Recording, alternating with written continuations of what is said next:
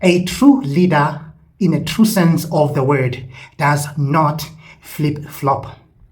Neither does he sacrifice his principles at the altar of compromise.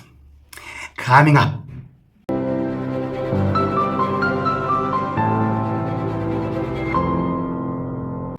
Yeah, guys. Fanny Masemola has found himself in a very embarrassing situation.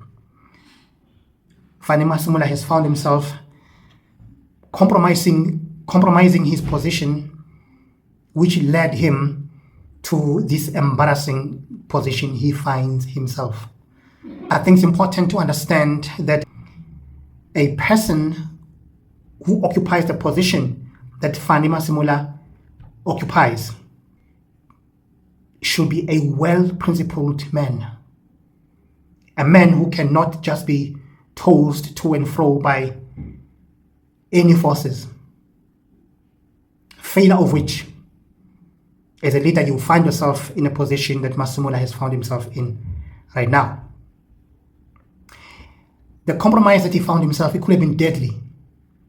People's lives could have been lost, could have put the whole country in danger because of one thing and one thing only: sacrificing your principles at the altar of compromise. In this case, I totally agree with Honorable Breytenbach.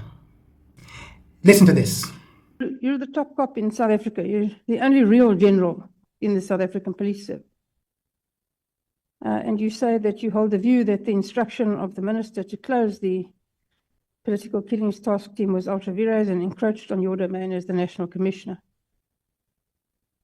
So why did you not tell him so? Tell him that you won't close it down, that it's doing good work and that he's out of line. Why didn't you just do that? Thanks, Honorable Chair. But even though I tell him that this team is doing good work, we're not supposed to close it, he said we must close it. No, General, I'm sorry, you're missing the gist of the question. Oh, sorry. The question is, not that you didn't discuss it with him, I'm sure you did. Thank you. Why didn't you tell him you're not interested? He's encroaching on your terrain, he's out of line, he can't do what he's doing, and he must concern himself with his own business and you concern yourself with yours. Well, thanks, Honorable Chair. Like I said, I did my best to tell him, let's not close, and he insisted. General, my difficulty is that he can't insist. So, I mean, let's just cut to the chase. He can't insist, he can't tell you what to do. You're the National Commissioner of the South African Police Service. There's no one above you, and he's not above you. He's a Minister of Police, he's above me. Not in the hierarchy of the South African Police Service, General, and you and I both know that. You call the shots in the South African Police Service, not the minister. And if he tries, you should tell him to go to hell. Why didn't you? Yeah, well, I didn't tell them that. And I take him as Minister of Police. And I told him in a nice way that let's not do this thing. And he kept insisting, no, we do it. So when you told him in a nice way and he didn't go away, why didn't you tell him in a less nice way? Yeah. That's not an answer. General, you're the National Commissioner. You're the head honcho. You're the boss, not him. Why didn't you tell him that? Tell him to mind your own business and go do your own job. Yes, I'm the National Commissioner, but I'm subject to his direction. You consider him to be your boss? Yes, I consider him, yes, to be your boss. Supervised, yes. The National Commissioner of the South African Police Service thinks the minister is his boss. Wow. Then you said, you discussed with him, he gave you no answers, real answers about why it should close down. Nothing was satisfactory. And then you said something odd. You said, if it had been something about farm murders, the citizens of South Africa and parliamentarians would have reacted to the closing down. But because it wasn't, no one reacted. Now, why do you want citizens of South Africa and parliamentarians to do your job? It's your job to deal with that issue, not anybody else's. Did you come to Parliament and say, the minister is encroaching on your domain, he's exercising unacceptable political interference in the police service? Did you do that? And if not, why didn't you do it? Thanks, Honorable Chair. We did appear at the committee. We briefed them how good the political killings task team is doing its work. And there was any member of the team that would say, no, we think this the minister shouldn't do. Again, General, I have difficulty with, you're a really nice guy. I mean, there's no question about that. But you're nice. You're way too nice. You're the head of the South African police. Nobody can tell you what to do. You've got a lot of power. You don't seem to want to exercise it.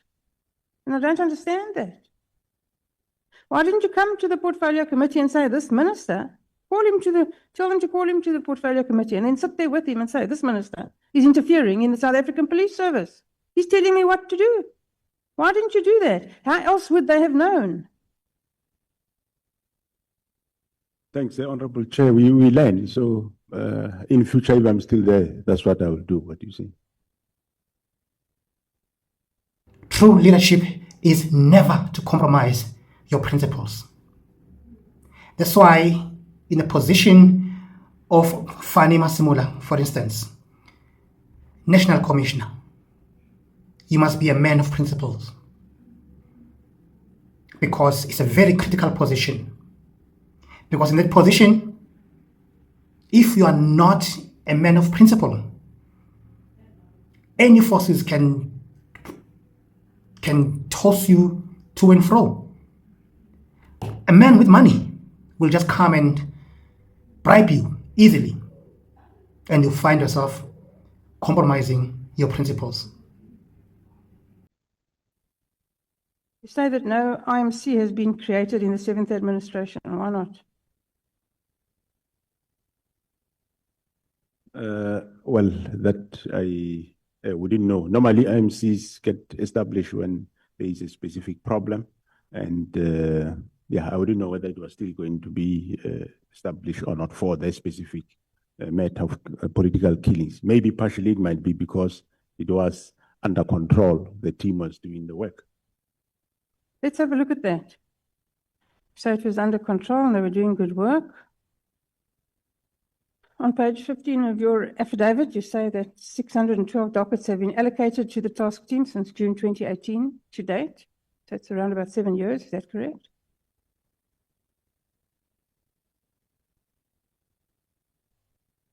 That's correct, Honorable Chair. So, General, again, you're a very nice guy. Your subordinates seem to act with scant regard for you and your rank. They seem to disrespect you. Do you agree? Well, they do respect me and we respect each other, Honorable Chair. I said they disrespect you. Yes, They do as they please. Honorable Chair. They do as they please, clearly. And why do you put up with it? If you didn't want to close the political killings task team, why didn't you reprimand Sabia and tell him to concern himself with his own business and not act counter to your orders? How do you exercise authority over the people that report to you?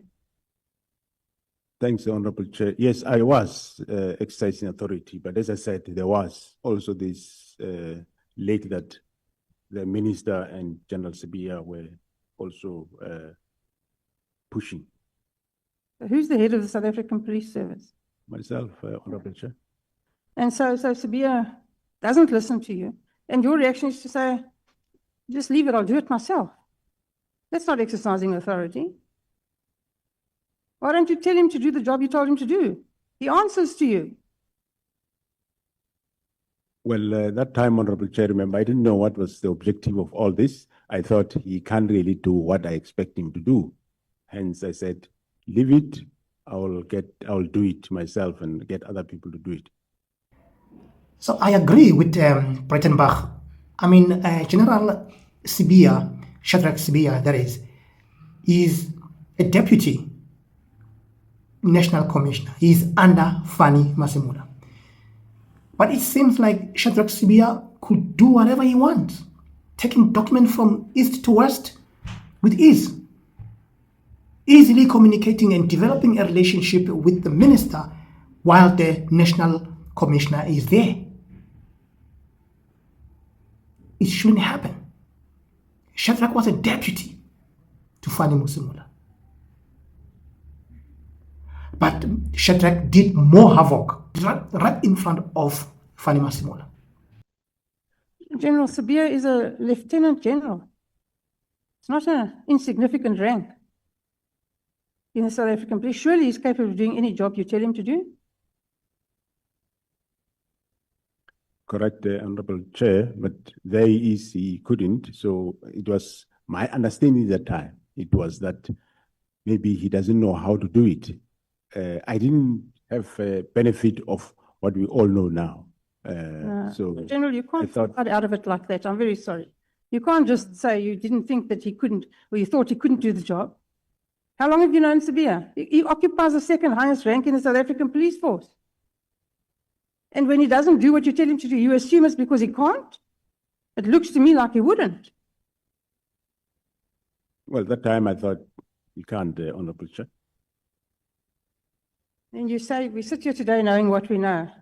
And only after the 13th of May did we know that the plans to start the disbandment of the political killings task force started after the raid on Matlala and Molefe. And before that, you didn't know it.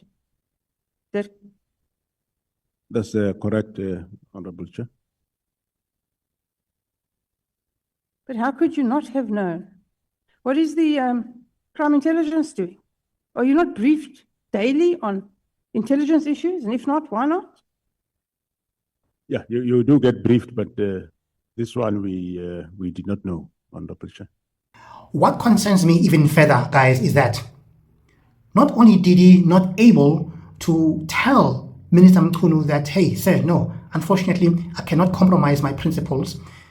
I believe that you are encroaching. I believe that you are jumping the gun right now. I believe that you are encroaching my space.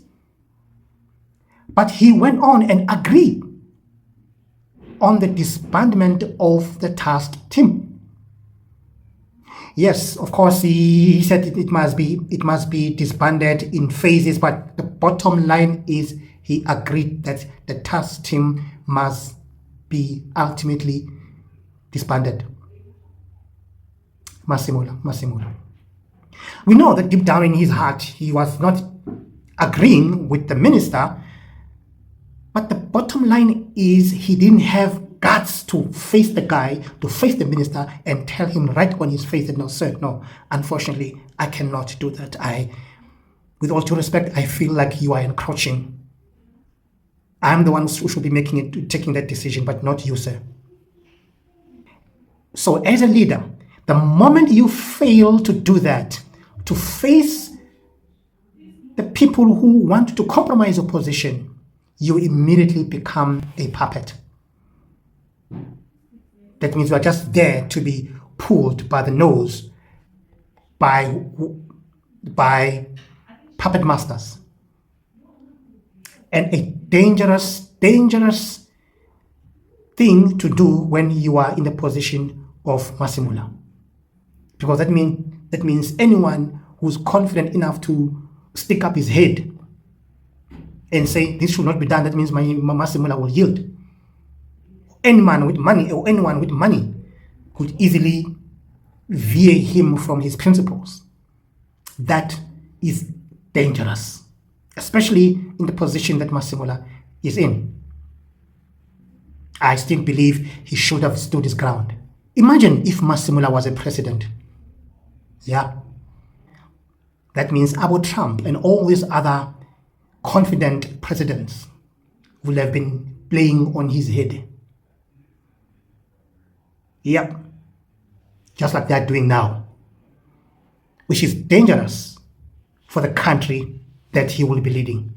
Even at Madlanga Commission, Madlanga was not impressed by this sudden compromise by the National Commissioner.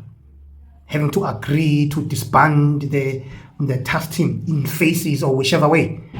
But for him to have to ultimately agree on disbanding this task team, compromising his principles, Madlanga was not impressed at all by Fanny Masemola's leadership. Guys, you know this, even at home, in your own house at home. At some point, you need to let everyone know who is the man of the house. You can't just allow Abo Malume and all the other family members just to pull your family to and fro in your presence as a husband and as a father of the house. At some point, you need to step your foot down to say and let everyone know who is the man of the house. What do you think? Let me have your comment below, of course, and if you're coming for the first time, don't forget to like, share, and subscribe.